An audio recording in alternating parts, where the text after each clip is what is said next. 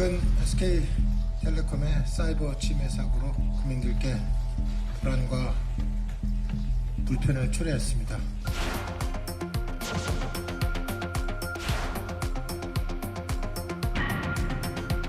역사상 최악의 해킹 사고라는데 동의하십니까? 위약금을 폐지해 주셔야 돼요.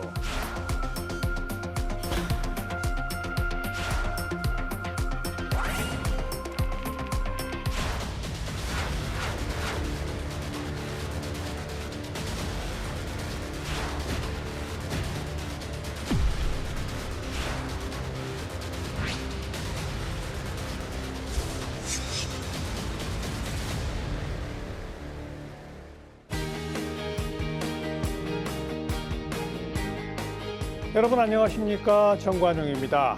SKT 해킹 사고로 인한 파장 쉽게 가라앉지 않고 있습니다. 유심 보호 서비스, 유심 교체 등을 통해 사태 해결에 나서고 있지만 소비자들의 불안은 계속되고 있는데요.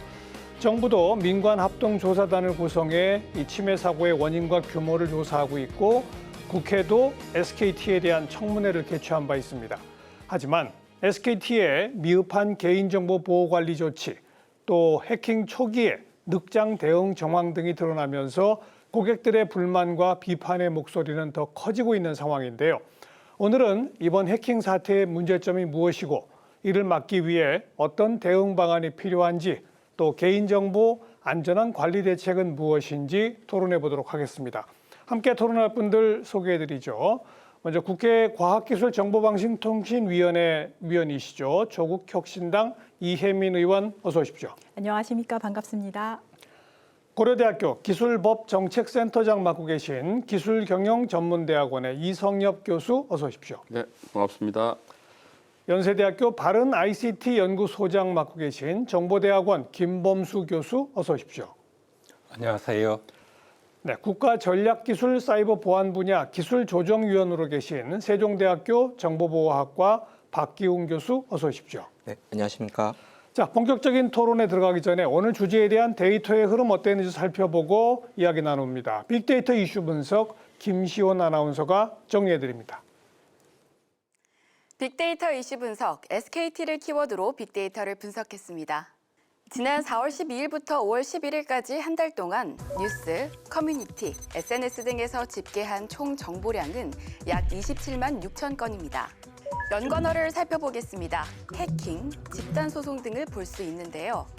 SK텔레콤 측은 4월 18일 내부 데이터에서 해킹 징후를 처음 감지했고 이후 가입자 유신 관련 정보가 유출된 정황을 파악했다고 밝혔습니다. 지금까지 유출이 확인된 정보는 가입자 전화번호, 가입자 식별번호 등 유신 관련 정보 4종과 회사 내부 관리용 정보 21종입니다. SK텔레콤을 상대로 한 가입자들의 집단소송 움직임도 일고 있습니다. 이들은 유심 정보 유출은 복제폰 개통이나 보이스피싱 같은 2차 피해로 이어질 수 있는 심각한 개인정보 침해라고 주장하고 있습니다. 관련 감성 키워드에서는 중립감성어 요구와 부정감성어 피해를 볼 수 있었는데요. 국회 SK텔레콤 해킹 사태 청문회에선 가입자들의 해지 위약금을 면제하라는 의원들의 요구가 쏟아졌습니다. 회사의 귀책 사유가 명백하다는 이유에서인데요. SK텔레콤 측은 위약금 면제 시 3년간 7조 원의 손실이 예상된다며 우려를 드러냈습니다. 위약금 면제 등 배상 책임은 민관 합동조사단의 조사 결과를 바탕으로 6월 말 이후 결론 날 것으로 보입니다.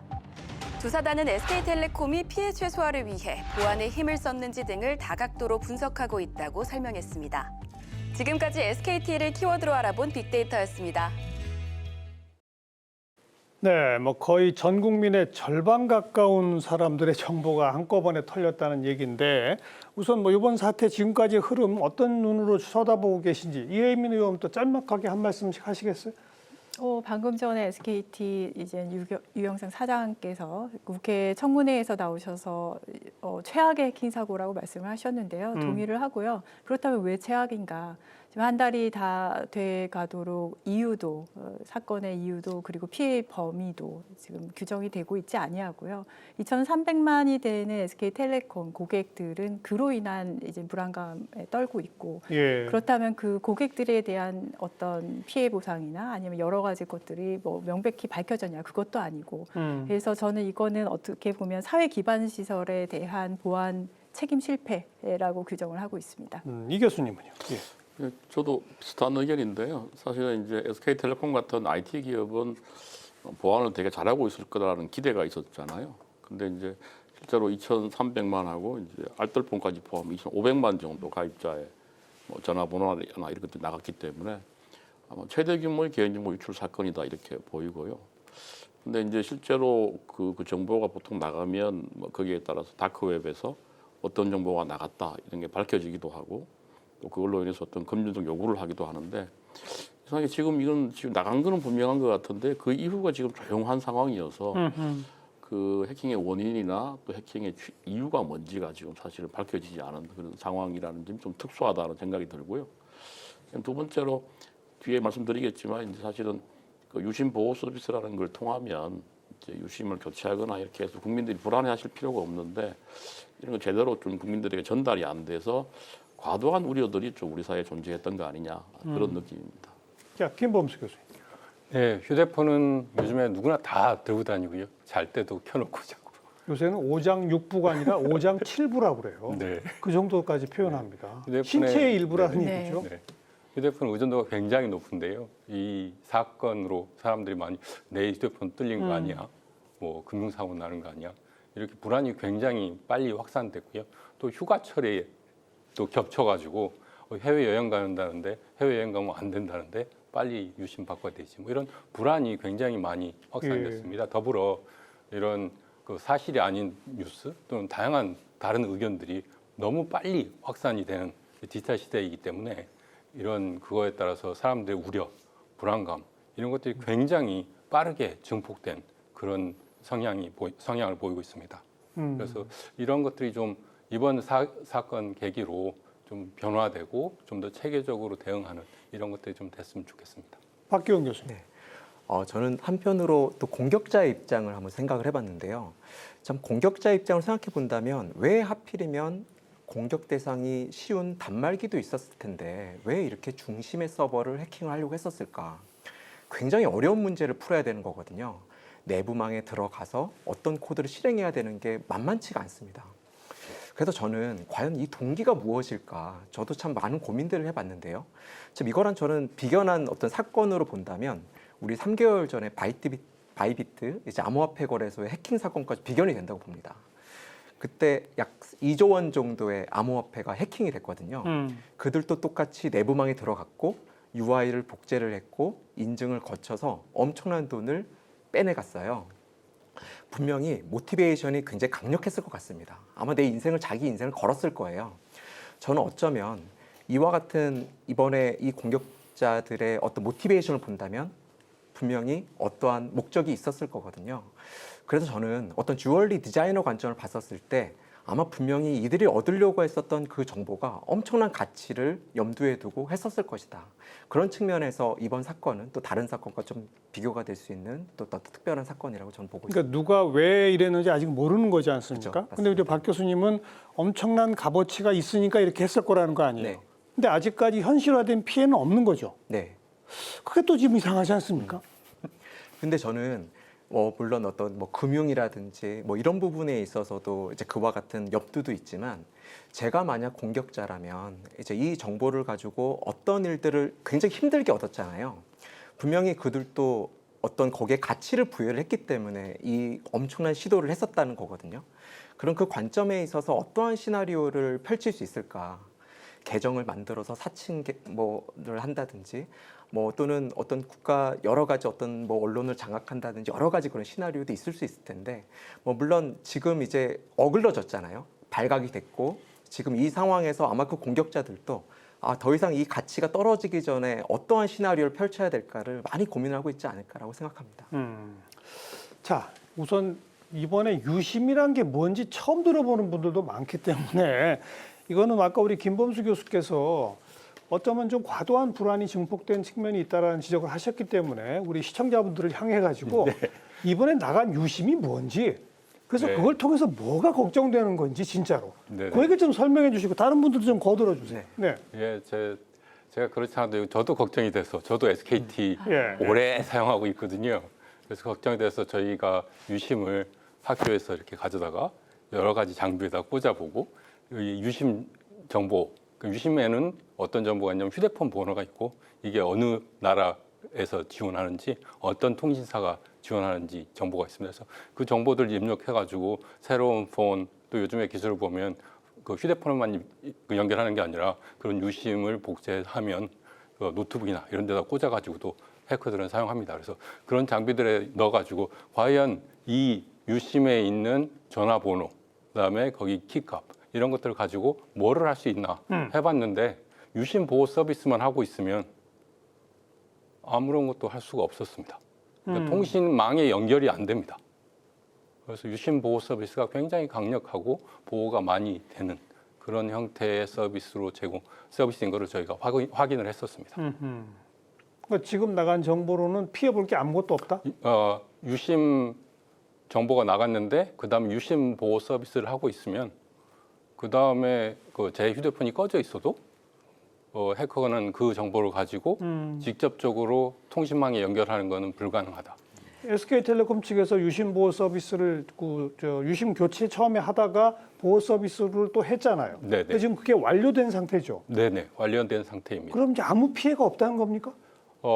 지금 완료된 상태인 경우에 그 유심을 새로 해커가 정보를 가지고 유심을 만들어서 사용하기는 불가능하다. 그래요. 네, 그래서 저는 유심 보호 서비스가 가끔 보면 새로 휴대폰 바꿨을 때 자기 스팀을 갖다 꽂아야 되는데 자기도 안 되거든요. 그때는 유심 보호 서비스 해제하고 새 폰을 갈아 끼고 그 다음에 사용 다시 유심 보호 서비스 해주면 안전할 것 같습니다.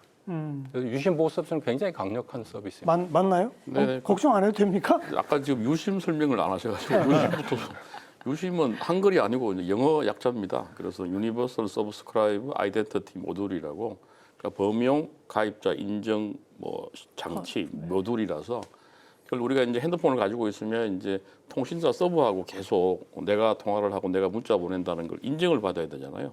그런 기능을 하는 게 유심이거든요. 그 유심 내에는 아까 말씀하신 대로 전화번호나 그 가입자를 식별하는 번호, 그 다음에 이 단말기 자체에 또 고유 번호가 있어요.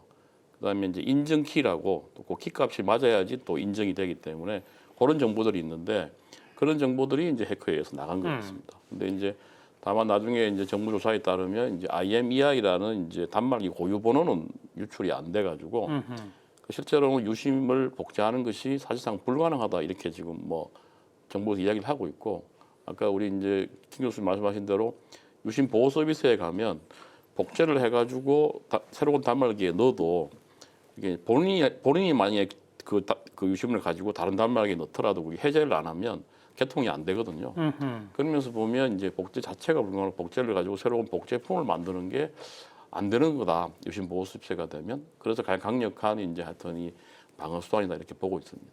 요게 제가 그 유심 보호 서비스를 사용을 하면 이러이러한 일이 있다라고 말씀을 하셔서 잠깐 첨언을 좀 드리고 싶은데 이번에 유출이 된 정보 그러니까 어떠한 서버가 털렸느냐라고 했을 때 지금 제가 휴대폰을 안 들고 있습니다. 휴대폰에 이제 꽂혀 있는 유심이 물리적으로 유출이 된 것이 아니라 SKT의 폐쇄망 안에 있는 유심 정보의 일부를 저장하는 서버가 이번에 털렸거든요. 그렇죠. 근데 거기에는 무엇이 없냐면은 IMEI라고 해서 방금 말씀하신 유심의 그냥 물리적으로 내 핸드폰에 있는 단말기 식별 정보는 그거 안에 없었어요. 그렇다면은 지금 유심 보호 서비스는 어떤 그걸로 작동을 하냐면은 이게 그 가입자 식별 정보하고 그다음에 단말기 식별 정보가 매칭이 돼야지 그 다음부터는 이제 통신이 가능한데 단말기 식별 정보는 털리지 않았으니 유심 그 보호 서비스를 이제 신청을 해서 단말기가 바뀌었을 때는 이게 끊어지도록 해놨기 때문에 이게 안전하다 이렇게 지금 그렇죠. 말씀을 하고 계시는 것 같습니다. 좀 첨언을 하자면. 네. 그러니까 내 유심 정보가 빠져나갔으니까 누군가 내 휴대전화인 척하고 나도 모르게 어디선가 사용하고 있을 수 있다라는 건 불가능하다는 거죠. 네, 지금 그죠? 네. 근데 그거보다 더 제일 많은 소비자들이 걱정하는 건 요즘 이 스마트폰으로 이 금융 업무 보시는 분들이 많기 때문에 유심 정보, 내 정보가 빠져나가면 그 사람이 혹시 내 계좌에서 돈 빼가고 나도 모르는 사이에 내 주식 막 사고 팔고 하는 거 아니야? 이걸 걱정하거든요. 네. 그건 누가 좀 답변해 주세요. 사실 어떤 금융거래에 있어서의 사실 지금의 어떤 여러 방어 수단이라든지 인증 수단이 사실 하나의 어떤 인증으로 되는 건 아니고 여러 개의 인증 수단이 있기 때문에 그거를 이제 무력화시키거나 아니면 굉장히 고액의 거래라든지 그런 부분들은 현재 굉장히 어려운 거라고 봅니다.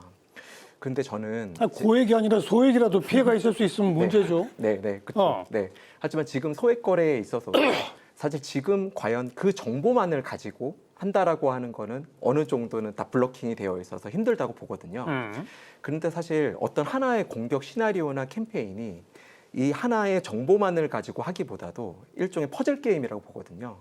지금까지 저는 이미 모든 퍼즐들을 갖고 있어요. 근데 이 퍼즐 조각만 있으면 난 할 수 있는 게 너무나 많은 겁니다. 자, 만약 예를 들어서 지금 현재 단말기에 해당하는 그 육체에 해당하는 IMEI 정보가 없습니다. 그런데 이미 공격자가 만약에 여러 가지 스파이 앱이나 이걸 통해서 이미 확보가 되어 있는 정보가 있어요. 근데 만약에 이 정보를 가지고 블럭을 맞춰보다 보면 이게 연결이 되네. 만약에 저는 이런 정보의 여러 조합들이 시너지가 날 거라고 보고 그래서 저는 아까 제 비견에서 말씀드렸던 3월달 바이비트 해킹 사건도 각각의 조각 정보들은 사실 그렇게 위협이 되지 않습니다. 근데 그 조각 정보들이 모아지면 이렇게 연결되네라고 하는 그런 시나리오도 만들어질 수는 있거든요. 그래서 저는 그런 차원에서 모든 경우의 수를 생각을 해본다면 그래도 우리가 이번 기회에 경각심도 가져야 되고 지금 제가 만약에 해커라면 어글러졌잖아요. 지금 빨리 많은 사람들이 이제 번호도 바꿀 거고 유심을 교체를 하고 있거든요. 점점 이 힘들게 탈취한 이 정보의 가치가 떨어져 가고 있어요. 공격자 입장에서는. 그럼 이 시간이 더 지나기 전에 여러 가지 공격의 방안이라든지 이런 부분들을 열심히 생각하고 있지 않을까. 저는 그렇게 생각하고 있습니다. 그러니까 이 정보만으로는 내 금융 계좌에서 돈이 나갈 위험은 없다는 얘기지만 이미 빠져나갔을지도 모를 다른 정보와 결합시키면 빠져나갈 수도 있다는 거 아니에요? 네, 맞습니다. 그래서 지금 이게 최악의 해킹 사고라고 이야기를 하면서도 아직까지 피해 보고가 좀 되지 않고 아직은 피해 보고는 없어요. 파악을 하기가 어려워요. 왜냐하면은 이 정보만 나갔다고 해서 우리가 안전하다고 생각할 것이 아니라 예를 들어서 전화번호가 나갔다고요. 그 전화번호와 기존에 탈취된 여러 가지 다크웹이나 이런 데서 거래되고 있는 것과 매칭이 되는 순간 그 조합이 만들어지면 그 다음에 무슨 일이 생길지를 모르는 거기 때문에 피해 범위도 이걸 규정을 할 수가 없다는 게 그 언노운 상태, 불확실한 상태라는 게 지금 가장 어려운 입장이고 사용자들이 이동을 하고 싶어하는 어떤 모티베이션이 되지 않나 싶습니다. 그 문제는 이제 뭐 말씀하신 대로 기존에 유출된 개인 정보와 결합을 해서 근데 금융 거래하는데 공인인증서, OTP, 비밀번호, 뭐 생체 인증 정보를 해커가 가지고 있었다. 그래서 기존에 그 복제폰을 만들어서 그거와 결합을 해가지고 금융 피해로 이어진다는 건데, 근데 그 부분이 사실은 그동안 이제 우리 언론에서 이런 이야기가 많이 됐어요. 이게 되게 불안을 이제 조장하는 건데. 맞아요. 저는 지금 우리 교수님 말씀도 그렇고 의원님 말씀도 그렇고 그거는 뭐 특정인에 대해서 계속 그런 추적을 하는 해커라면 몰라도 일반적으로 그게 결합한다는 게 이게 상당히 어려운 일이거든요. 그러니까 그럴 가능성 상당히 낮은데 그게 이제 뭐 가능 전혀 없는 건 아니니까 일말이라도 있다고 해서 계속 이제 그런 부분을 강조하다 보면 국민들이 계속 불안해가지고 지금 있어야 된다는 문제가 돼서 저는 이제 기술적으로 가능한 거랑 사실상 또 경제적으로 이거는 뭐 어려운 거라는 건 좀 다르게 봐야 되지 않느냐. 그런 면에서 보면 지금 이제 유심 복제도 지금 해가 복제폰 만드는 것도 불가능한 상황인데 복제폰이 된다 하더라도 그게 이제 다른 인증 수단이 또 우리가 요구를 하기 때문에 금융거래에서 그래서 1차적으로는 금융까지 피해는 없다 이렇게 이야기를 할 수 있을 것 같고요.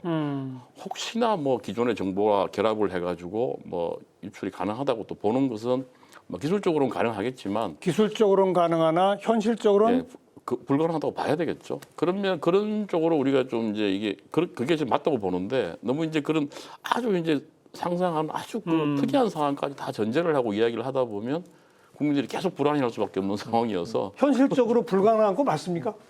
그 금융 쪽에 보면 이렇게 금융 보안도 다양한 서비스가 네. 있습니다. 그래서 이미 노출되어 있는 그런 정보를 결합해서 그 거래를 할 수 있도록 하는 그런 형태의 오래된 보안 툴들이 있는가 하면 또 실시간으로 취득을 해야 되는 툴들이 있습니다. 그래서 그런 그 금융기관에서 뭐 제1금융기관에서는 그 높은 수준의 보안을 한다고 하면 결합을 하는 데까지 걸리는 시간, 노력 이런 것들이 실질적으로 굉장히 크기 때문에 웬만한 공격 아니면 공격 같은 경우는 잘 일어나기 어렵고 그 아까 말씀한 코인 사태 같은 경우는 그 얻을 수 있는 이익이 굉장히 크기 때문에 그러한 시도를 장기간 예. 1년, 2년 이렇게 6개월에서 1년 정도 이렇게 하지 않았을까 이렇게 생각이 됩니다. 근데 일반 금융권에서 쓰는 거는 또 코인 거래소나 이런 거하고는 상당히 네. 그 보안 수준이 차이가 있습니다.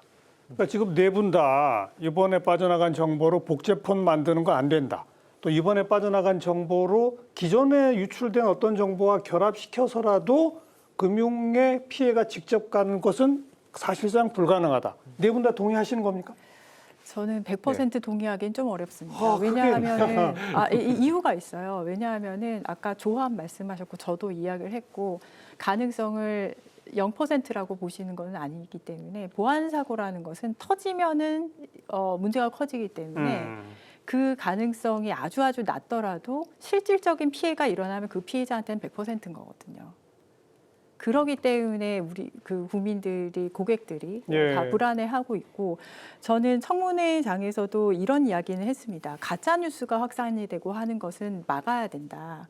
근데 그렇게 하려면 사실 SKT에서 정확한 정보를 계속해서 국민들과 소통을 하고 그리고 그러면은 이런 뭐 금융 피해 우리 얘기를 하지만 여기에 대해서 안심을 시키고 그리고 이러이러한 일들을 통해서 SK텔레콤이 고객을 보호하기 위한 조치를 하겠다 이런 식의 대응을 했더라면은 가짜 뉴스 확산이랄지 아니면은 뭐 불안감 조장이 된 것이 지금의 반 아래로 떨어졌을 것 같아요. 그런데 전 국민을 이렇게 불안하게 만든 것은 초기 대응이 굉장히 만족스럽지 못했다. 네, 국민의 눈높이에서 봤을 때라는 생각이 들고 동시에 기존에 털린 정보랑 이렇게 결합이 돼서 생기는 문제점도 있지만 또 하나는 제가 해커라면 아까 교수님 말씀하셨듯이 제가 해커라면은 전화번호를 취득했잖아요. 그 다음에 인증 문자를 보낼 것 같아요. 인증 정보를 획득하기 위한 피싱 문자를 보낼 것 같아요. 지금 이제 2차 피해라고 하는 그렇죠. 게 그런 게 막 네. 벌어지고 있죠. 그렇게 되면은 나도 모르게 이 유심 관련된 무슨 안내 문자인가 하고 예. 누르고 어떤 모듈을 설치하게 됐을 때 그때 또 더 그렇죠. 추가 정보가 나올 수 있기 때문에 저는 가능성을 아예 배제하고 이야기를 할 수는 없다 이렇게 생각을 합니다. 그러니까 이제 방금 그 말씀을 받아서 그러니까 단순히 현재 나간 것만 가지고 금융의 직접 피해는 사실상 어렵지만 방금 말씀하신 게 이미 또 널리 알려졌어요. 네. 여기 대리점입니다. 그 유심 교체 시점이 됐으니 뭐 확인하세요. 그러면서 무슨 링크를 건다는 거 아니에요. 네, 네. 그거를 누르는 순간 악성 코드가 휴대폰에 들어온다는 거 아닙니까? 네. 그거로 인한 피해는 분명히 있을 수 있는 거죠. 네. 저는 아까 이제 교수님의 말씀도 동의하고 또 의원님 말씀도 되게 동의하는데요. 사실 아는 만큼만 보이는 걸 수도 있고 사실 우리가 소프트웨어에 있어서 여러 취약점들 중에 약점이 있습니다. 근데 이 약점 중에 어떤 것들은 11년 동안 우리가 모르고 있었던 것들도 있었어요. 사실 뭐 리눅스에서 되게 유명한 이제 더러운 덜티카우라고 하는 취약점이 있는데 이게 사실은 패치가 됐지만 2016년도거든요. 하지만 11년 동안 우리는 그걸 갖고 있었던 거예요. 이거를 알고 있는 사람은 11년 동안 계속 들었다 했었던 거거든요. 그래서 저는 이제 우리가 100%는 확신할 수 없다라는 생각이 드는 게 우리가 모르는 그 부분들도 있을 수 있으니까 이런 관점에서 말씀. 그리고 제가 지금 방금 얘기한 그 뭐 뭔가 링크를 걸어서 하는 거 이건 진짜 위험한 거죠. 그렇습니다. 그거는 이제 우리가 아까 전화번호가 나갔기 때문에 그 전화번호로 이제 소위 스미싱이라고 하는 방법인데 링크를 클릭을 하면 약간 교체 신청을 한 뭐 유심을 찾아가라든지 그러니까. 와서 뭐 교체하라든지 이런 문자를 모르고 이제 누르면 그게 이제 악성 코드가 감염되고 이제 핸드폰이 이제 통제권이 해커에게 넘어가는 이런 문제가 있어서 이 문제는 사실은 이제 그 이 해킹과 뭐 관계없이 계속 이런 문제가 있어 왔거든요. 있어 왔는데 이번엔 이것 때문에 좀 더 그런 위험에 노출이 된 거죠, 사실. 그러니까 유심을 고리로 하니까 그렇습니다. 걸리기 쉬운 예, 거죠. 예, 예. 그런 부분들은 이제 스미싱에 대해서 뭐 통신사가 지금 차단하는 것도 있지만 우리 개인들도 뭐 그런 거 누르지 않도록 하는 좀 보안 의식도 필요하다 이렇게 봐야 될 것 같습니다. 네. 그리고 사실 저한테도 제 전화번호를 알고 제 이름까지 알면서 제가 신청하지 않은 카드가 발급됐다고 하는 전화가 오고 막 그랬거든요. 그래서 저는 이제 요즘 이런 게 또 신종 문제라더라 해서 그냥 단호하게 끊어버렸는데 그런 식으로 또 접근해가지고 근데 주소가 뭐 맞지 않으니 확인하려면 뭘 링크를 하세요 이런다면서요. 네, 네. 그러니까 외부에서 모르는 링크 누르라고 오는 건 무조건 안 하면 되는 겁니까? 어때요? 저는 그렇게 생각합니다. 그죠? 네, 네. 네, 스미싱이라고 하는 게 그런 그 악의적으로 사기를 치는 건데요. 그 제일 좋은 방법은 말씀하신 것처럼 아무것도 안 하시면 사고가 안 일어납니다. 그죠. 그런데 그렇기 때문에 이 공격하는 사람들은 또 이거를 혹하게 만들기 맞아요. 위해서 어. 하는데 그래서 이렇게 자연적인 재해가 크게 난다든지 뭐가 갑자기 없어졌다 뭐 이런 그 뭐 마스크 대란이 났는데 여기 오면 구할 수 있다. 네, 지금 네. 유심 없는데 지금 이거 클릭하면 바로 받을 수 있다. 이러한 그 믿기지 않는 얘기는 클릭을 하시면 안 됩니다. 그죠. 네, 그리고 또 그 메시지 문자 메시지 보면 그 114 그 통신사에서 뭐 KT가 됐든 LG 플러스 됐든 SK 됐든 114에서 오는 문자 메시지는 비교적 안전한 거고요. 거기 또 인증 마크가 붙어 있고 그런 것들을 확인하시고 이게 유심 교체하는 정말 메시지구나. 알겠습니다. 이런 걸 확인하시면 될 것 같습니다. 그러니까 이번에 유심 교체를 미끼로 오는 스미싱이 이번에 해킹을 한 그 범인들하고 같은 게 아닐 수도 있죠. 물론 그렇죠. 이 사태를 악용한 별도의 스미싱 조직들이 막 활기를 치고 다닌다고도 볼 수 있는 거죠. 네네. 어. 그 과거에 사기범들이 다 온라인으로 옮겨왔다. 네. 이렇게 생각하면 맞으실 것 같아요. 자, 그러면 아무튼 뭐 지금까지의 토론 결과로 보면 별도의 링크 이런 것만 클릭하지 않으면 큰 위험에 지금 이제 노출되어 있는 건 아니니까 너무 불안해하시면 마시라 이제 이런 건데 우리가 SK텔레콤이 그러면 왜 이렇게 털렸는지 사전 대응은 뭐가 문제가 있었는지 터진 후에 사후 조치에는 뭐가 또 문제가 있었는지 그 얘기를 좀 넘어가 봅시다. 꼭 우리 이 의원님이 한번 말문을 열어보세요. 사전에 이 정도 되는 기업은 정보 보안 관련해서 투자 금액을 매해 이제 고시를 해야 됩니다. 그래서 우선 그것부터 사실 살펴봤었어요. 근데 작년 기준으로 봤을 때 우리나라 1위 사업자인데 2위 사업자인 KT가 이제 1,200억을 넘는 정보 보안 투자를 했어요. 근데 SKT는 600억 원, 그러니까 반도 안 되는 투자액을 했습니다. 이게 그냥 비단 투자액이 아니라 이번에 문제가 터지고 나니까 여러 조치를 하는 것을 이렇게 들여다봤을 때 투자를 안 한 것에 대한 지금의 문제가 다 보이는구나 그런 네. 걸 볼 수가 있었습니다. 뭐 예를 들어 해외 로밍이 안 된다던가 아니면 유심 재설정을 한다던가 이런 것을 다 문제가 터지고 나서 지금에서야 막 개발을 시작을 해서 대응이 굉장히 늦었거든요. 그래서 저는 무슨 생각을 했냐면 SK텔레콤은 그 고객에게 서비스를 제공을 하면서 수익을 내는 회사잖아요. 그렇다면은 고객한테 안전한 통신 서비스, 안전한 서비스를 보장을 해줬어야 되는데 물론이죠. 거기에 대한 대비책이 거의 진짜 부족했다 이렇게 말씀을 좀 드릴 수 있을 것 같습니다.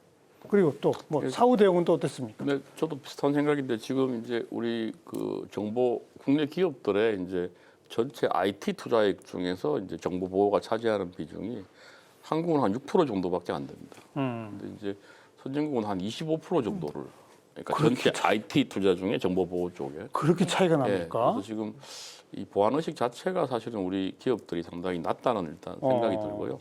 그러니까 이제 SK텔레콤이 KT나 LG에 비해서 이제 정보 보호 시작이 낮았던 것도 뭐 그 이유였던 것 같고요. 그다음에 이제 이 처음에 이 대응 과정에서 보니까 저는 이게 이제 결국 홈페이지에 처음에 올렸거든요. 이게 그러니까 개별 가입자한테 고지도 안 하고 그리고 이제 또 한 가지는 이게 이제 그 어떤 정보가 나갔고 어떻게 대처하면 안전하다는 이 메시지가 좀 분명하지가 않았어요. 초반에 그랬어요. 그래서 유심 보호 서비스로 되는 건지 유심 교체를 해야 되는 건지 그러니까 계속 당장 이제 가서 교체해야만 될 것처럼 만들었어요. 그러니까 그래서 사실 유심 보호 서비스로 충분하다는 메시지를 예. SKT가 좀 분명히 이야기했으면 그 어르신들이 뭐 줄 서고 하지는 않았을 거 아니겠습니까? 그리고 한 가지 여기 덧붙여가지고 저는 정부도 사실은 SK텔레콤이 말하는 건 좀 국민들이 믿기가 힘들잖아요. 그때 사실 좀 공신력 있는 정부에서 유심 보호 서비스 정도로도 뭐 추가적인 피해는 없으니 대리점까지 가시지 않아도 될 것 같습니다. 이런 메시지를 좀 줬으면 어땠을까? 그걸 SKT도 정부도 몰랐어요? 아니 그러니까 그거는 이제 혹시 아까 우리 의원님 말씀대로 이걸 하더라도 혹시 또 이런 문제가 생기면 이게 100% 완전한 해결책이 아니니까 아마 그걸 자신 있게 말하기 힘들었던 것 같아요. 그거는 정부도 제가 그렇고. 보고를 좀 받은 게 있어서 공유를 좀 드리자면은 예. 아까 전에 그 모두의 방송에서 좀 나왔었는데 4월 18일이 금요일이었습니다. 금요일 오후 늦은 오후에 9.7기가바이트의 어떤 파일이 이제 외부로 유출됐다는 것만 감지가 됐어요. 그게 이제 첫 번째 감지였고 그렇게 되면은 이제 법상 24시간 이내에 신고를 하게 돼 있습니다. 네. 그런데 실질적인 신고가 언제 일어나냐면 토요일도 아니고 일요일 날 48시간이 넘어서 신고가 됐어요. 우선 첫 번째 신고 자체가 늦어지니까 아까 말씀하신 홈페이지에 게재하는 것도 늦어지고 개인에게 고지가 가는 거 정보 유출이 됐어요라는 고지가 가는 게 그로부터 일주일 지난 다음부터 시작이 됩니다. 그래서 굉장히 늦장 대응이 처음부터 감지가 됐었고 예. 그리고 말씀하신 우리가 지금 이야기를 하고 있는 유심 보호 서비스랄지 아니면 유심 교체 그다음에 관련돼서 해외 로밍이 가능해요 말아요. 그다음에 유심 재설정 방법 그리고 이제는 나중에 제가 굉장히 궁금했던 도대체 왜 2심 관련돼서 얘기를 안 했을까 여러 가지 방법들을 SKT는 사실 카드를 들고 있었어요. 근데 그것을 처음부터 고객들을 안심시키기 위해서 이러이러한 방법을 취하시면 이런 장점이 있고 이러이러한 방법도 있지만 이런 단점이 있고 이거부터 하시면 됩니다라고 안내가 나갔었으면 괜찮았을 텐데 초기 혼란을 엄청나게 스스로 가중시킨 면이 없잖아 있습니다. 참 저는 이제 그 의원님 말씀하신 거에 대해 전적으로 동의를 하고 참 서툴렀다라는 생각이 듭니다. 그래서 한때 우리 자동 판매기에서 비위생적이다라고 했었을 때 자판기를 투명하게 바꿔서 우리 이렇게 깨끗하게 관리하고 있어요도 있었고 이거 요즘 식당에서 위생이 문제가 된다라고 해서 한때 식당에서 모든 걸 투명하게 조리하는 방법들을 공개를 하기도 했었잖아요. 참 이번을 계기로 참 이와 같은 어떤 참 서툰 이런 부분들이 참 많이 개선이 됐으면 하는 또 이런 생각도 들기도 합니다. 네. 이게 아까 말씀 대응책에서 여러 가지가 있을 수가 있는데 뭐 유심을 교체를 하거나 유심 보호 서비스라든가 뭐 2심이 되시는 분은 2심으로 한다든지 이런 거 안내가 좀 더 적절하게 빠르게 나왔으면 좋고 또 지금 하고 있는 유심을 새로 써서 교체를 하지 않아도 전혀 완전히 새로운 것처럼 하는 서비스를 지금 시작을 했는데 이런 것들에 대해서 좀 미리 알고 했었으면 참 좋을 것 같은데 이게 인프라 서비스다 보니까 실질적으로 이런 거를 미리 알고 하는 거가 참 어려운 것 같아요. 그래서 저 같은 경우는 이번 기회로 이런 지금 대응 훈련, 뭐 대응 매뉴얼도 만들고 기업에서 훈련을 하는데 그 훈련할 때 군에서는 보면 랜덤하게 군에서도 이렇게 전쟁 훈련할 때 보면 이쪽 부대가 소멸됐어요라는 가정으로 그 다음에 어떻게 할 건지 이런 것들을 훈련하는데 이런 정보보호 훈련에서도 좀 랜덤하게 하는 그런 것들 가정해서 이렇게 됐을 때는 어떻게 될 건가? 또 저런 문제가 생겼을 때는 어떻게 될 건가? 이런 것들을 해커는 계속 똑같은 것도 공격을 하지만 굉장히 머리가 좋거든요. 그래서 계속 새로운 거를 찾아갑니다. 그래서 우리 보호하는 쪽에서도 우리가 잘 하고 있고 열심히 하고 있지만 그래도 뭐 새로운 게 생길 수 있을까? 이거를 다 예측하기 힘들어서 그런 프로그램을 이렇게 만들어서 운영하면 좀 도움이 될 것 같고 투자에 관련돼서도 정보보호 투자 같은 것도 지금 과거에 금융기관에서는 557 그래서 IT 예산의 7% 정도를 정보보호 쪽에 써라라고 한 거를 몇 년간 했었습니다. 그런데 보면 이제 그것도 이게 금융기관 종류에 따라서 그 효과도 아니면 실질적으로 더 할 수 있는 회사가 있는데 너무 낮춰 주는 것도 있고 또 어떤 데는 너무 영세해서 이런 거 도저히 못해요 라고 하는 회사도 있고 그래서 이번 기회에 국회나 정부에서 그런 것들을 좀 가지고 있는 정보의 민감도, 가치 이런 걸 따져서 보호 수준은 최소한 이 정도 하는 게 좋다. 그런 가이드를 좀 많이 마련하는 거를 힘을 좀 보태주시면 어떨까 싶습니다.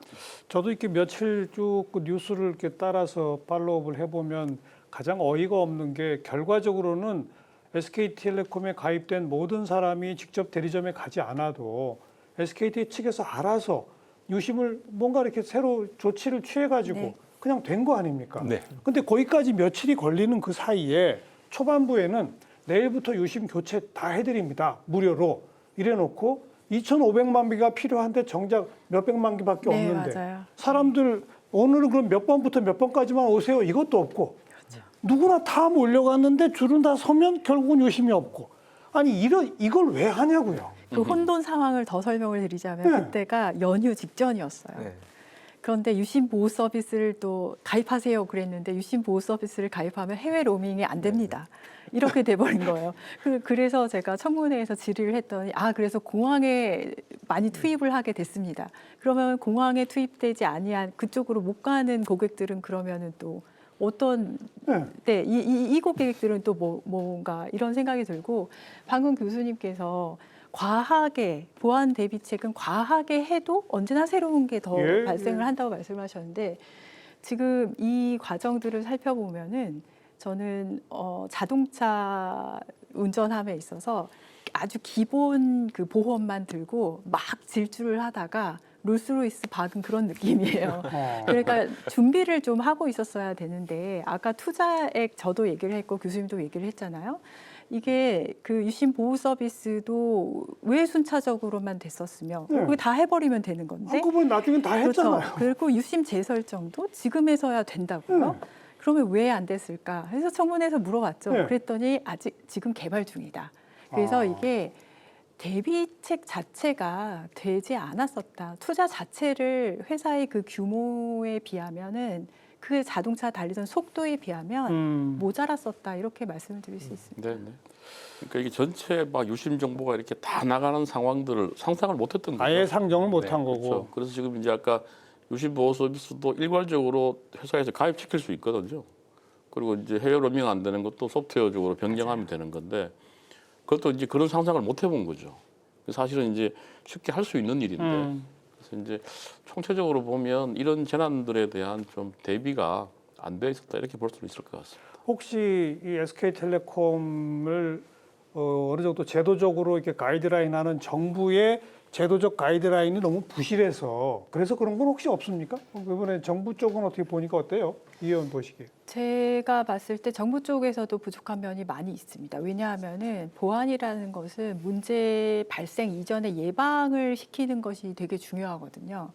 그런데 이번 정부의 대처 방안을 보면은 사고가 이제는 신고된 다음부터 한 것을 보면은 이 과정을 어떻게 하면 이 혼돈을 없애면서 풀어갈 수 있을까 여기에 집중하는 것보다는 오히려 이렇게 회초리를 드는 너네 뭐 잘못했어 이쪽에 더 가까운 거예요. 그렇다면 이번 사건과는 좀 이렇게 한 단계 좀 한 걸음 떨어져서 봤을 때 과연 현재 정부가 가지고 있는 여러 가지 규제책이나 이런 것들이 예방 쪽에 충분히 가이드라인이나 아니면 예방을 많이 할 수 있도록 지금 우리 투자 얘기했지만 25% 대비 이제 말씀하셨지만 그쪽에 더 많이 투자를 할 수 있도록 환경이 조성이 돼 있나? 그러니까요. 그렇지 않다는 것이 이번에 SKT 이 해킹 사건을 통해서 밝혀졌습니다. 왜냐하면은 사실 기업 입장에서는 수익을 극대화하는 것이 그들의 일이기 때문에 이 정보보호 투자 관련된 어떤 규제나 이런 가이드라인이 제대로 존재를 하지 않으면은 SKT처럼 계속해서 그쪽의 예산을 깎을 수밖에 없거든요. 그렇다면은 도대체 어떻게 하면 그걸 예방책을 많이 할 수 있었을까? 25%까지 할 수 있을까? 저는 결국에는 우리나라에서도 이제 징벌적 손해배상 들고 와야 된다라는 입장이긴 합니다. 왜냐하면 해외에서 25%까지 투자를 할 수 있는 가장 큰 이유는 한 번 잘못되면은 회사가 망할 수 있다라는 그 두려움이 있기 때문이거든요. 그런데 지금까지 KT도 사실 문제가 됐었고요. LG U+는 심지어 다 유출되고 나서 이제는 다크웹에서 막 팔리고 있을 때 알았거든요. 유출된지도 몰랐었어요.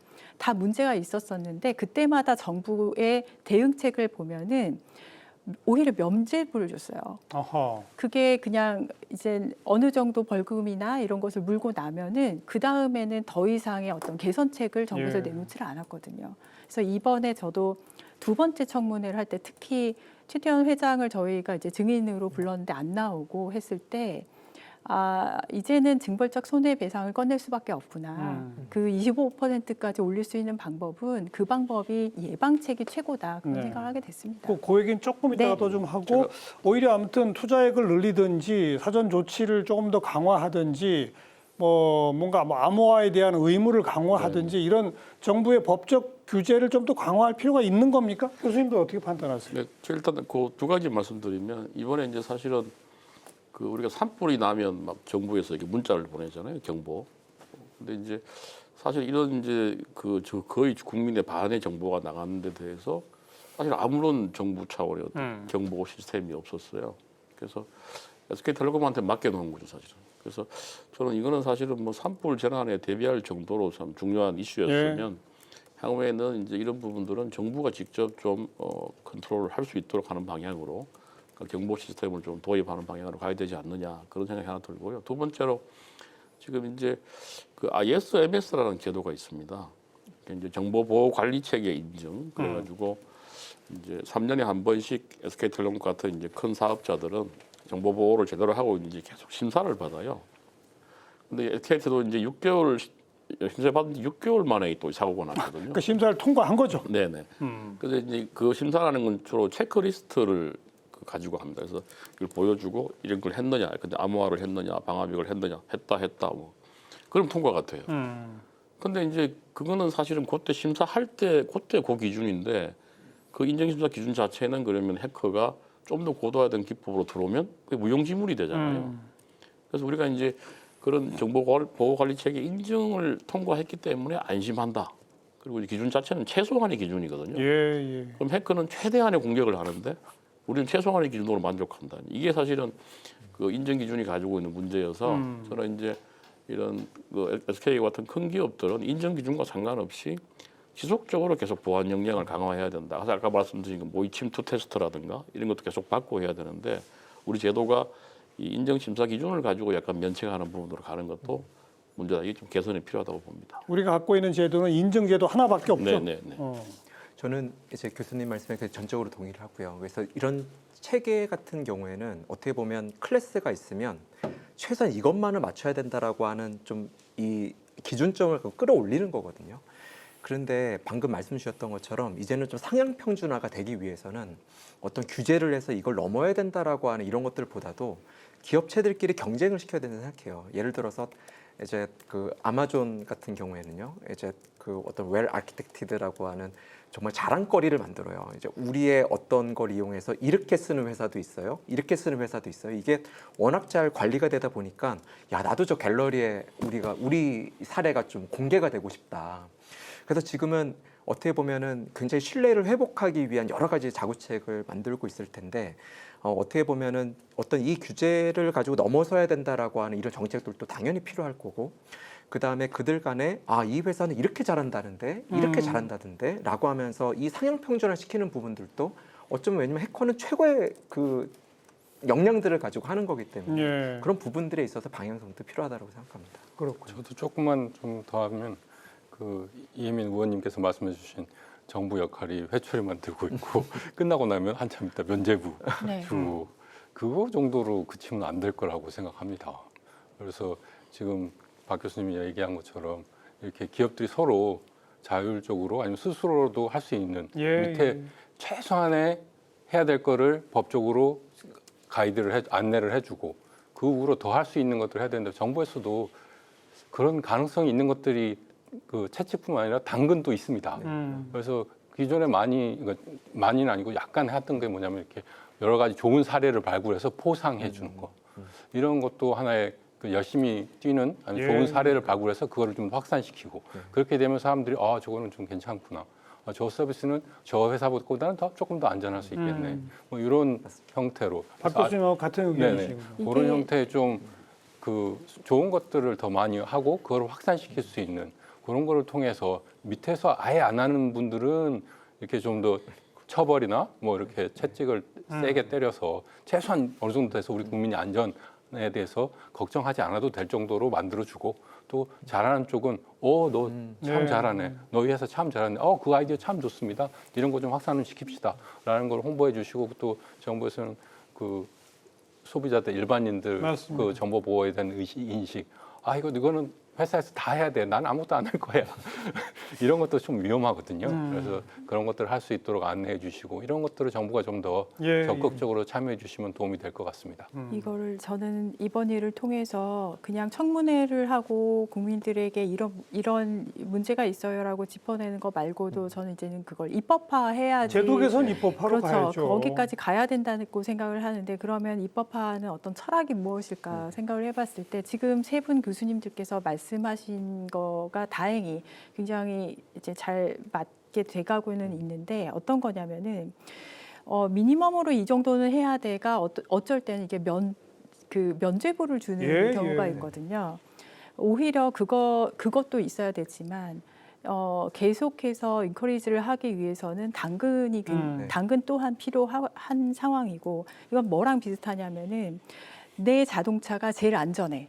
라고 했을 때 그 안전이라는 것 자체가 제품이 될 수가 있어요. 물론이죠. 그래서 저는 아까 인증 제도 말씀하셨는데 현재 IMS 인증이 존재를 하나 이게 그냥 면죄부가 되면 안 되고요. IMS 인증 저도 IMSP 인증을 받아본 사람 입장에서는 반 정도는 맞아요. 반 정도는 맞는 로그를 관리를 하고 억세스 컨트롤을 하고 다 맞는데 반 정도는 변화하는 것을 이렇게 대응을 할 수가 없습니다. 그래서 그 정도는 뭐 예를 들어서 모의 해킹 등등등을 통해서 자동차 부딪혀 보듯이 현실화하는 것이 필요하고 동시에 이런 것들을 다 갖추기 위해서는 상당한 투자가 필요하잖아요. 그렇죠. 근데 SKT나 아니면 KT나 아니면 대기업들은 그것을 할 수 있는 능력들이 있고 자본이 있습니다. 그만한 소비자가 존재를 하기 때문에 그렇다고 한다면은 중소기업들 혹은 스타트업들 이들한테는 어떻게 해야 되나 정부 지원책이 들어가야 돼요. 그렇죠. 같이. 알겠습니다. 네, 그래서 이게 종합적으로 예, 좀 닿아야지 선순환이 이루어진다고 봅니다. 대기업들한테는 투자를 더 하도록 동기해야 되고 중소기업한테는 투자에 대한 지원도 하고 그게 함께 가야 된다는 네, 말씀입니다. 맞습니다. 그 좀 아까 이제 징벌적 손해배상을 얘기하셨기 때문에 그거는 이제 완전히 새로운 제도를 도입하는 건데 네. 기존에 우리가 할 수 있는 게 이제 집단 소송은 가능하단 말이에요. 근데 이번 사례가 이게 집단 소송의 대상이 될 수 있습니까? 없습니까?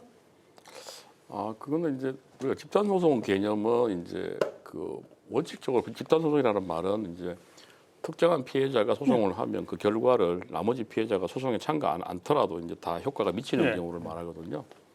아직 한국에는 그런 제도는 도입이 안 돼 있습니다. 그러니까 다수가 이제 소송을 그러니까 하잖아요. 다수가 소송을 한다는 걸 우리가 집단 소송이라고 표현을 하는데 그거는 이제 결국은 이제 이게 그 SK텔레콤이 과실이 있었느냐 또 실제로 그 과실로 인해서 피해가 발생했느냐 그러니까. 이런 게 입증이 돼야 되기 때문에 그러니까. 소송을 한다고 해서 뭐 반드시 이제 배상을 받는다 이런 보장은 없는 상황입니다. 현재 그렇죠. 네, 그렇습니다. 그러니까 징벌적 손해배상 제도가 만약 도입된다 손 치더라도 이번 사례를 가지고 특정한 피해가 아직 벌어진 게 없기 때문에 엄청난 손해배상을 청구할 방법이 없는 거 아니에요? 그래서 사실 저는 징벌적 손해배상 제도가 도입돼야 된다고 생각을 하고 있어요. 왜냐하면 그게 없을 경우에는 개개인이 그래서 나는 이번 유출 사고와 나의 피해가 이렇게 연결이 일치해. 돼 있어라는 그러니까요. 것을 개인이 증명을 해놔야 돼요. 예. 근데 그것을 그런 어떻게 보면은 가해자라고 하긴 그렇지만 기업의 입장에서의 어떤 관점을 완전히 소비자 입장으로 바꿀 수 있는 것이 징벌적 손해배상이고요. 그거는 특정 개인의 구체적 피해가 없어도 가능해요? 네. 그거는 이제 네. 피해가 없다는 게보다는 원래 징벌적 손해배상은 손해액보다 훨씬 많은 이제 네. 배상을 맞습니다. 하게 하는 겁니다. 그래서 이제 기업들이 이런 이제 해킹 같은 거 대비하는 걸 열심히 할 수 있는 좀 재발 방지할 수 있는 이제 어떤 강력한 이제 효과가 생기는 거고. 근데 이제 이게 징벌적 손해배상은 현재 우리 개인정보보호법에는 이제 손해액의 5배까지 배상할 수 있도록 하는 조항이 있어서 유사한 제도가 이제 도입이 돼 있긴 합니다. 근데 이게 이제 그 또 반면 다르게 보면 이게 이제 좀 기업들의 경영 활동이 상당히 위축되는 측면이나 또는 뭐 어떤 그 소송이 좀 남발될 수 있는 우려도 좀 있는 게 현실이거든요. 그래서 그 의원님 말씀대로 직물적 손해배상이라는 게 있으면 기업들이 아주 엄청나게 보완 투자를 아마 하게 될 거다. 예, 예. 이런 이제 우리 기대를 할 수는 있을 것 같은데 예. 그런 이제 장단점은 좀 비교를 해봐야 되지 않을까 뭐 그런 생각입니다. 이게 방금 전에 말씀하셨듯이 징벌적 손해배상 도입하자 그러면은 많은 기업이 특히 대기업은 사이즈가 이제 고객 사이즈가 크기 때문에 회사를 망하게 한다라고 이야기를 하지만 징벌적 손해배상이 가장 활발하게 이루어진 것은 미국이에요. 예. 미국에서 그 수많은 빅테크들은 어떻게 대응을 하고 있겠습니까? 저는 그래서 오히려 그 우리나라 기업이 세계적인 기업으로 크기 위해서라도 이것은 도입이 돼야 된다. 알겠습니다. 네, 생각을 합니다. 아무튼 뭐 징벌적 손해배상 제도의 도입 여부는 사실은 오래된 정책 논란입니다. 그동안 네네. 계속 없었던 논란이 아니고 그렇죠. 선진국 수준으로 가려면 우리도 도입하자. 아직 우리는 기업의 어떤 그 생사가 걸린 문제라서 좀 이르다. 뭐 계속 논쟁은 벌였던 네네. 왔는 문제인데 이번에도 또 한 번 해야 되고. 네. 근데 이번 경우는 제가 조그맣고 또 문제 삼았던 것이 개인의 직접적 피해가 발생하지 않았는데도 손해배상을 청구할 수 있는지.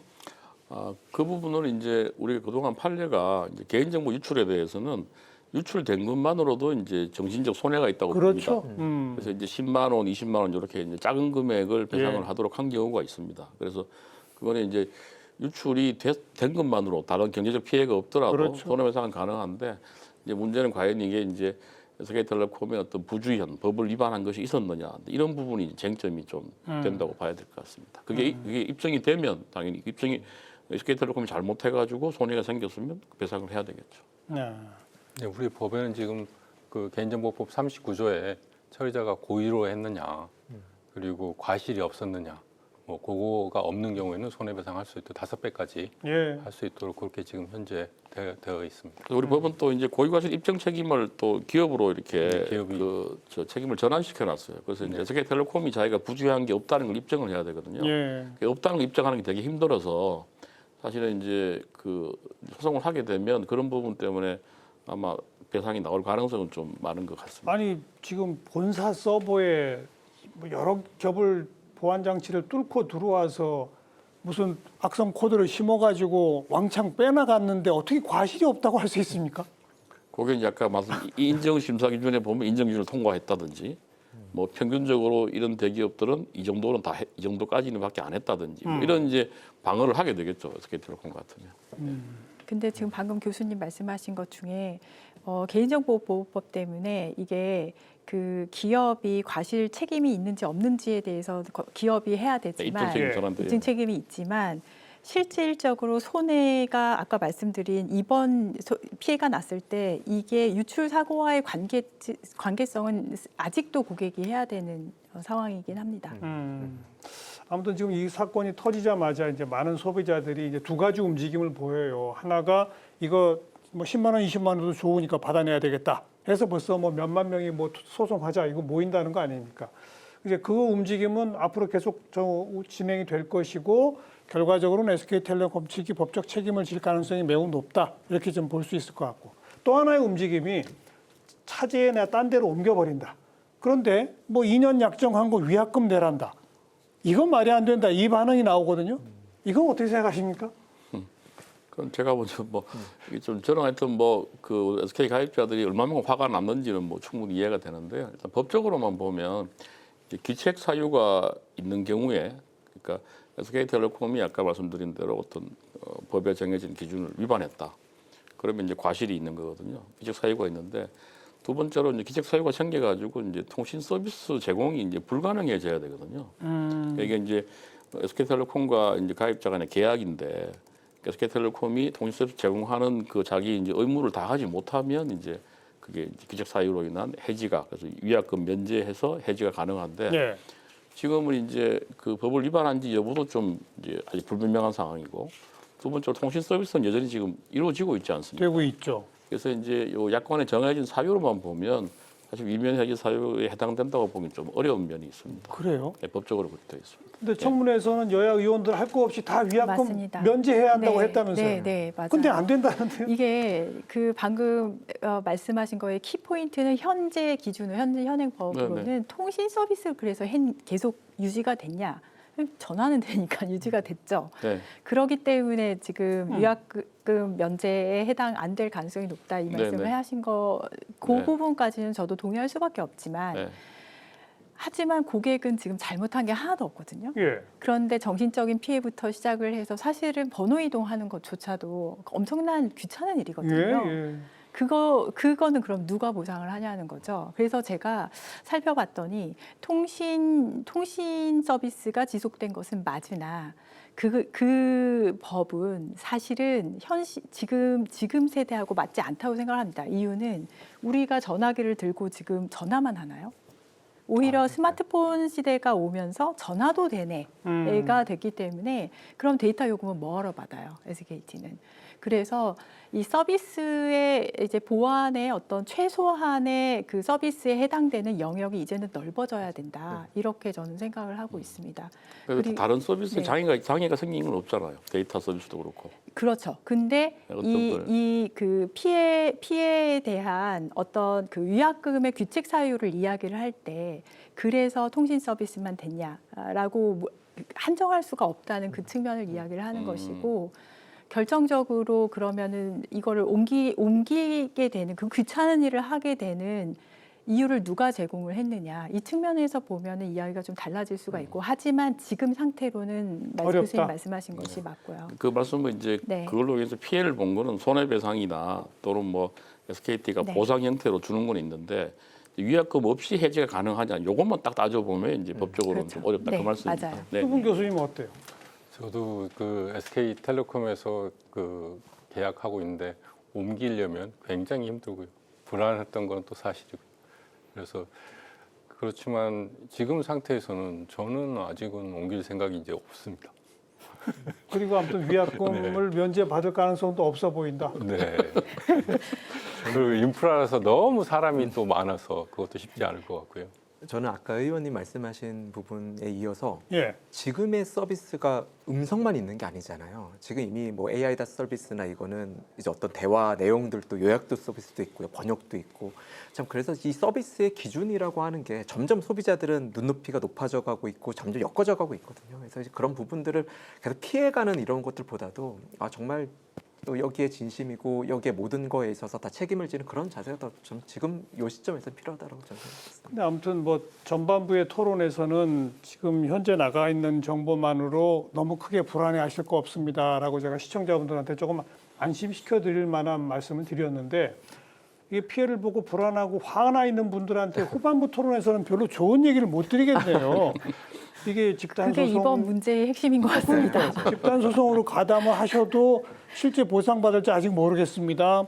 옮기려고 하면 위약금 면제받기 쉽지 않습니다. 이게 어떤 의미로 보면 우리 법제도상의 또 한계와 문제점 아닙니까? 네. 그죠? 바로 이렇기 때문에 정보 보안에 대한 투자를 덜 해도 된다는 거 아닙니까? 참. 구멍이 있는 거죠. 네. 그래서 이제 마지막 우리 뭐 시간 별로 없습니다만은 뭐 조금 아까 다 언급하신 것처럼 SK텔레콤뿐이 아닙니다. KT도 LG플러스도 심지어 농협도 뭐 금융기관까지 수없이 뭐 네. 조금 지나면 한 번 터지고 조금 지나면 터지고 계속 이러고 있는데 우리 사회 전체가 근본적으로 달라져야 되지 않습니까? 어떻게 달라져야 됩니까, 이 교수님? 전 사실 이제 한 가지 좀 제안을 드리고 네. 싶은데 제가 이번 과정 보면서 이게 이제 이런 해킹 사고가 나서 개인정보가 유출이 되면 우리 정부 기관이 보면 과기정통부가 이제 침해 사고 담당입니다. 해킹에 대한 거 담당을 하고 개인정보 유출은 또 개인정보보호위원회가 담당하고 그래서 이제 실제로 그 해커를 잡거나 이런 것도 경찰에서 하거든요. 또 공공 부분은 국정원이 하고 있고 민간 부분은 과기정통부가 하고 있어서 전체적으로 지금 이 공공 민간 구분 없이 이제 이건 대규모의 이제 해킹이나 개인정보 유출이 일어나고 있는데 이 대응하는 기관들이 계속 각각인 게 그 저는 이게 결국은 우리 조사 인력의 전문성도 그래서 문제가 되는 것 같고 그리고 국민들에게 이제 동일한 메시지를 좀 전달하는 것도 있고 해서 이런 지금 사이버 안전과 관련된 것은 저는 별도의 좀 정부 조직을 뭐 사이버 안전청 같은 거라도 좀 하나 있어야 되지 않겠나. 지금 사실 한국에 이런 문제가 생기는 가장 큰 이유는 한국처럼 초연결되어 있는 국가가 없습니다. 맞아요. 그러니까 초연결이 가장 강한데 또 사회적으로 상당히 좀 불안하잖아요, 우리가.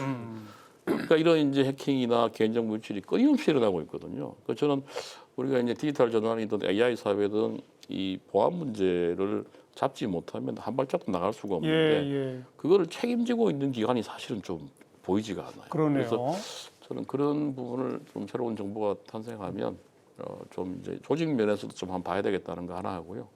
진짜 외국에 그런 사례가 있나요? 외국에는 따로 이렇게 청단위 조직은 지금 없는 걸로 알고 있는데 제가 봤을 때 우리나라가 워낙 초연결 사회고 워낙 해킹이나 유출이 알겠습니다. 많은 상황이어서 그걸 한번 고려해봐야 되겠다는 생각을 하고 있습니다. 또 한 가지 뭐 그리고 한 가지는 이제 기업들의 보안 의식에 관한 문제인데 기업들이 이제 이게 보안 투자 안 하는 이유가 이 보안이 비용이지 않습니까?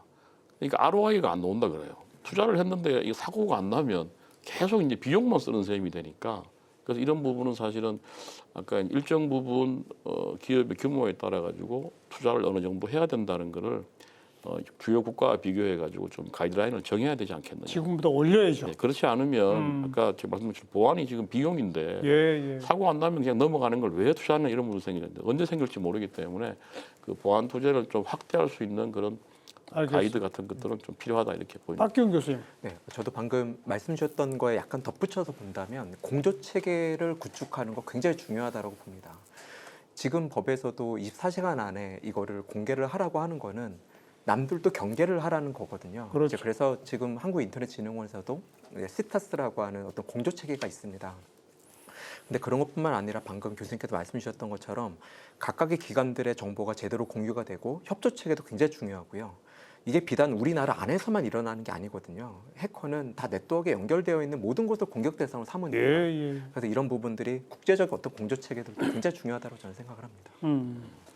북한 정부 국가가 나서서 네. 해커들을 양성하고 그거 한다 그러지 네, 않습니까? 맞습니다. 네. 중학교 때부터 키웠었던 그러니까요. 걸 토너먼트로 해서 이제 대학교를 입학을 할 때 참. 엄청난 지원해 준다고 하더라고요. 북한도 보면 해커 키우는 게 일반 군인 키우는 것보다 훨씬 싸게 먹히는 것 같고 뭐 미사일 만드는 것보다 해커는 돈을 벌어올 수가 있기 때문에 투자대 효과가 있는데요. 그걸 보면 북한이나 뭐 해외 다른 곳, 그다음에 일반 해커들도 굉장히 노력을 많이 하고 잘 훈련되어 있습니다. 학교에서 그냥 훈련하는 거 가지고 한계가 있는 것 같고요. 정부에서도 인력 양성에 좀 깊은 관심을 좀 가져줬으면 좋을 것 같고요. 이번에 또 특히 이런 정보 유출 사고가 한 번이 아니잖아요. 계속 있었습니다. 계속 나요. 그리고 그때 보면 제가 좀 안타깝게 생각하는 게 있습니다. 그게 뭐냐면 그 회사에 있는 직원들이 많이 잘리거나 또는 더 이상 보안 못하겠다라고 사직하는 경우가 굉장히 많습니다. 이 전투 경험이 있는 그 대응이 어떻게 하면 좋을지 이런 거를 해본 경험이 있는 분들을 좀 더 활용을 해야 되는데 저 친구 때문에 사고 난 거 아니야? 이러면서 그냥 밑도 끝도 없이 다 교체하는 그래요? 경우가 꽤 있었습니다. 그래서 이번 기회로 정보 보안 인력들을 좀 잘 판단하시고 그 경험들을 살릴 수 있는 방안들. 그래서 한 번이라도 더 경험해 본 사람. 이렇게 큰 사고 났을 때 정보 보호 인력은 정말 집에서 못 가고 예. 뭐 한 달 뭐 보통 이런 사건은 3개월에서 6개월 지나야 정부에서 사고에 대해서 발표를 하고 그다음에 소송까지 하면 뭐 보통 3년에서 5년까지도 걸립니다. 맞습니다. 그 사이에 정보 보호 인력 다 바뀝니다. 그래서 근데 그렇게 되면 회사도 힘든데 그냥 기존의 관행이 사고 난 사람은 바꿔라. 이런 게 우리 좀 기업들에 있었던 것 같습니다. 그래서 정보보호 인력 중에서 잘하는 인력들은 좀 더 체계적으로 지원해주고 할 수 있도록 그런 환경이 좀 만들어졌으면 굉장히 좋을 것 같고요. 또 그 국회 이혜민 의원도 나오셨는데요. 이렇게 나온 의견들을 좀 제도화, 입법화 하시는데 좀 많이 도와주시면 큰 힘이 될 것 같습니다. 네, 지금 안 그래도 이제 의원실에서 계속해서 하나씩 다 입법화하는 과정을 하고 있고요. 저는 지금 좋은 말씀을 되게 많이 해주셨어요. 우리가 꼭 알아야 되는 게 지금 해킹은 굉장히 조직적이고 글로벌화되고 있다. 그러기 때문에 정부의 어떤 책임 또한 되게 중요해지고 있다는 것을 좀 더 하고 싶고요. 또 하나는 아까 시스템적으로 거버넌스가 좀 새롭게 만들어져야 된다는 것 또한 저도 공감을 하고 있습니다. 동시에 저희가 지금 지난주까지만 해도 이거에 대해서 이제 너무 또 과도한 불안이 올라왔다가 지금 또 너무 빨리 또 있고 있어요. 그래서 저는 그러기 때문에 더더욱이 이제 재발 방지 쪽에 사람들이 생각을 안 하게 정부도 되게 안이했었던 이유이기도 하다고 생각을 하고요. 동시에 제가 청문회에서 이런 이야기를 SKT에 드렸습니다. 고객을 살피다가 회사가 어려워지면 다시 살아날 수 있는데 네. 계산하다가 회사가 어려워지면 다시 살아나기 어렵다. 이건 신뢰의 문제다. 이번에 SKT의 해킹 사건을 보면서 기술적인 문제 굉장히 많이 우리가 다루지만은 동시에 고객에게 어떻게 하면 기업이 신뢰를 줄 수 있었는가 그렇죠. 그걸 다시 자성할 수 있는 어떤 기회로 삼았으면 좋겠다. 알겠습니다. 그 말씀도 더 하고 싶습니다. 자, 토론 마무리 짓죠. 우리 박 교수님부터 짧게 한 말씀, 한 30초 정도 마무리 발언 한 말씀씩 듣겠습니다. 이번 사건을 계기로 해커가 얼마나 개인정보의 진심인지를 알게 됐었던 것처럼 우리 좀 정말 기관 정보 인프라, 국가 인프라를 담당하고 있는 경영진들도 이제 이 개인정보에 얼마나 진심인지를 보여줬다라고 생각하고요. 오늘 또 스승의 날이다 보니까 많은 졸업생들 찾아온 거예요. 저희 힘들대요. 자, 그때 이렇게 얘기했습니다. 너희들이 있기 때문에 우리 대한민국 정부가, 대한민국 안보가 튼튼한 거라고. 그래서 구글의 G땡스 이제 이 제도가 클릭 몇 번으로 칭찬을 해주는 거거든요. 우리 또 실무진들은 지금 이 순간에도 굉장히 열심히 또 이 최전선에 있는 이 친구들도 칭찬해주는 땡스 문화도 필요하다 생각합니다. 김범수 교수님. 네, 사고가 안 나는 게 제일 좋지만 사전 예방 조치 또 사후 대응 그리고 그거를 기업에다만 맡겨놓거나 정부에다만 맡겨놓을 수 없을 것 같습니다. 정부, 기업 또 일반 시민들이 다 정보 보호에 대해서 조금 더 이해를 하시고 이번 기회가 그 시민들한테도 정보 보호 이슈가 얼마나 중요한 이슈인지 조금 더 피부로 와닿았을 것 같은데 그렇죠. 그들이 앞으로 어떤 걸 좀 더 주의해야 되는지 정보 보호가 우리 생활에 얼마나 좀 더 중요한지 깨닫고 더 실천하게 되면 기업들, 정부도 그거에 발맞춰서 좋은 제도나 정책으로 답하지 않을까 그렇게 생각합니다. 이상욱 교수님. 네, 저는 아까 말씀드렸는데 이번 과정에서 가장 큰 문제가 사실은 그 국민들에게 좀 명확한 메시지가 전달이 안 된 부분입니다. 맞습니다. 그래서 사실은 초유의 사태이기 때문에 SK텔레콤도 우왕좌왕하고 정부도 우왕좌왕했는데 그때 좀 정부가 직접 나서서 명확하게 이런 행동 요령을 가져가면 된다. 이걸 명확히 했으면 이런 혼란이 없지 않았겠느냐. 이제 그런 아쉬움이 남아서 그런 식의 경보 체계나 어떤 메시지를 전달하는 체계를 좀 재정비할 필요가 있다는 생각이 저는 들고요. 그리고 우리 국민들 특히 이제 취약계층들에게 어려움이 되게 많아, 불안도 많이 오고. 그래서 어떻게 하면 이 보안과 관련되는 좀 리트러시를 향상시킬 수 있을 것이냐. 이게 기업과 정부 또는 우리 교육 포함해서 그런 보안 의식을 좀 높일 수 있는 획기적인 방안도 마련돼야 되지 않겠느냐 그렇게 생각합니다. 이혜민 의원. 아까 교수님께서 G땡스 말씀을 하셨는데 많이 받았던 사람 입장에서 정말 반갑고 SKT 대리점 직원분들 그다음에 SKT 직원분들 지금 진짜 고생이 많으십니다. 그렇죠. 그 말씀 전하고 싶고요. 저는 뭐 입법부에 있기 때문에 입법으로서 이 사태를 팔로우하도록 하겠습니다. 네. 자, 아무튼 이제 지금 주의하실 거는 뭔가 링크 눌러라 하는 거 이건 무조건 아무튼 안 한다. 이거 꼭 기억해 주시기 바라고요. 제가 이런 사태일 때마다 꼭 드리는 말씀이 소 잃고 외양간 고치기라는 속담을 꼭 사용합니다. 소 잃고 외양간 고치는 거 문제 있죠. 그러나요. 소를 잃고도 외양간 안 고치는 게 이게 더 문제입니다. 지금까지 우리는 외양간 계속 안 고쳐왔어요. 이번에는 확실히 좀 고쳤으면 하는 그런 생각입니다. 네 분 늦은 시간 수고하셨습니다. 고맙습니다. 고맙습니다. 네, 다음 시간 또 뵙죠. 안녕히 계십시오.